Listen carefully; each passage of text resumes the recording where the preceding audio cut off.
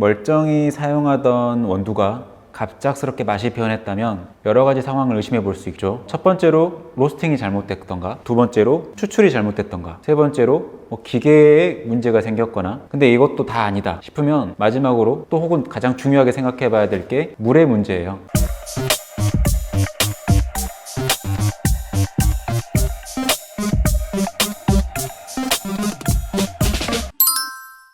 대부분의 사업자분들이 몰라서 접근을 못 하시는 분들도 많고, 또 심지어 중요성을 알고 있으면서도 너무 어렵다라는 이유로 뭔가 이렇게 간과하고 계신 부분이 바로 물입니다.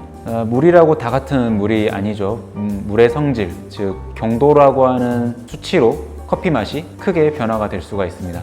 흔히 물에 접근할 때 가장 쉽게 들을 수 있는, 또 접할 수 있는 수치는 일반 경도와 탄산 경도라는 수치예요. 그래서 커피를 추출하는 데 있어서 중요한 역할을 하는 일반 경도와 탄산 경도에 대해서 설명해 드리죠. 일반 경도는 물에 녹아 들어가 있는 칼슘과 마그네슘 이온의 양을 합한 수치를 표현하는 건데, 경도가 높을수록 커피를 추출해내는 데 있어서 조금 더 효과적이라고 보통 알려져 있죠. 왜냐하면 그 양이온들이 커피를 추출할 때, 쉽게 말하자면 얼마나 많은 커피 성분들을 빠르게 흡착시켜서 빼내올 수 있느냐, 이런 추출력에 있어서 영향을 미치기 때문에 경도 수치가 높을수록 추출 효율이 좋다, 이런 식으로 표현을 많이 해요. 탄산 경도 같은 경우는 일반 경도 수치와는 다르게 탄산수소 이온 혹은 중탄산염 이렇게 표현하는 HCO3 음이온의 수치를 표시한 게 탄산 경도로 알려져 있죠. 탄산 경도 같은 경우는 이렇게 추출이 끝난 커피 자체에 들어가 있는 여러 가지 산 성분들, 유기산이든 어떤 특정 산 성분들을 이 중탄산염이 결합해서 제로로 만드는, 중화시켜주는 버퍼 역할을 하게 돼요. 그러니까 커피의 산미를 낮게 조절해 주기도 하고, 산미톤을 끌어내림으로써 단맛을 더 끌어올리기도 하고, 여러 가지로 중화시켜주는 버퍼 역할을 하기 때문에 맛에 굉장히 큰 영향을 미치게 됩니다. 단순하게 정리하면 일반 경도는 커피를 추출해내는 추출력에 관여하는 수치라고 보면 되고, 탄산 경도 같은 경우는 추출해내는 커피 자체에 들어가 있는 여러 유기산들을 얼마나 중화시켜서 산미톤을 조율할 것인가. 탄산 경도 수치가 높으면 높을수록 더 많은 유기산이 중화돼서 사라지기 때문에 오히려 높으면 밋밋한 커피가 될 수 있고, 여러 가지 유기산에 의해서 커피 맛이 결정되니까요. 근데 수치가 너무 지나치게 낮으면 당연히 산미톤이 너무 도드라지는 그런 양날의 검이 되겠죠.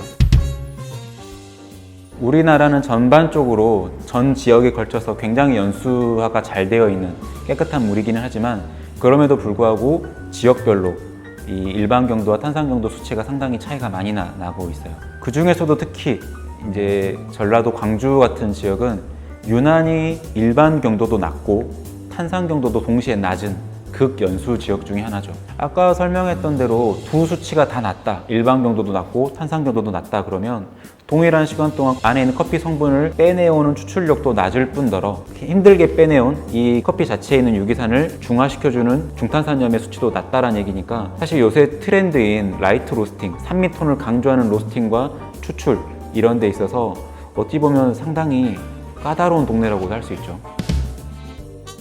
사실 수질에 관련돼서는 해결할 수 있는 방법은 유일하게 필터밖에는 없기는 해요. 단순히 따져보자면. 근데 그 필터라는 개념 자체가 물속에 있는 성분을 걸러내는 개념이다 보니까 수치가 높은, 그러니까 일반 경도와 탄산 경도 수치가 높은 지역에서는 필터로 해결하기가 상당히 솔루션이 있는 편이에요.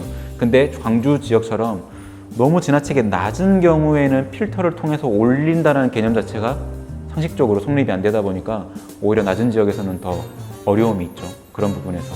그 지역에서, 만약 광주 지역에서 커피를 하는데 광주의 원수의 수질이 마음에 들지 않는다 그런다면 사실 유일한 대안은, 그동안의 유일한 대안은 다른 생수를 쓴다든지 평창수, 용암수 이런 식으로 다른 생수를 쓰는 게 답이 될 수 있죠. 그래서 최근에 관심을 가지고 있는 게 브리타에서 새로 나온 미네랄 어필터라는 건데요. 물속에 있는 탄산 경도 수치를 의도적으로 수치를 끌어올려 줄 수 있는 거의 유일한 필터인 것 같아요. 사실 그 리미네랄 필터, 그러니까 미네랄업이라는 그 필터 자체가 필터 자체에 탄산칼슘이 내장이 되어 있어요.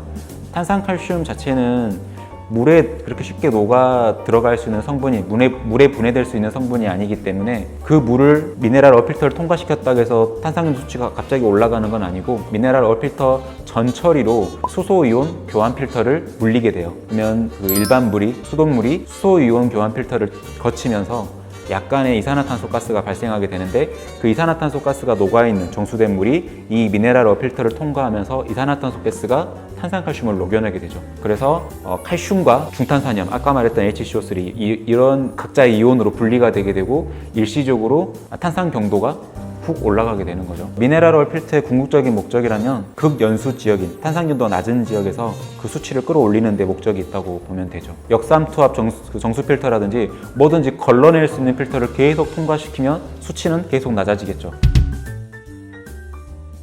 가장 저렴한 비용으로 쉽게 테스트해 볼 수 있는 건 집에서 관상용 수족관을 이렇게 관리하시는 분들이라면 다들 알고 계시겠지만 그 수질 측정을 할 수 있는 테트라 그 키트가 있어요. 그래서 약간 뭔가 약간 리트머스 종이 같은 개념이라 해야 될까?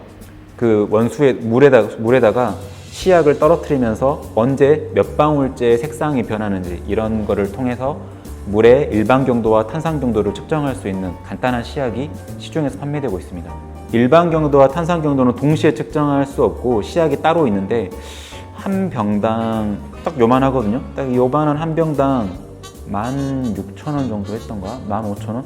얼추 그 정도 할 거예요, 아마. 정확한 금액은 찾아가야 될 것 같습니다.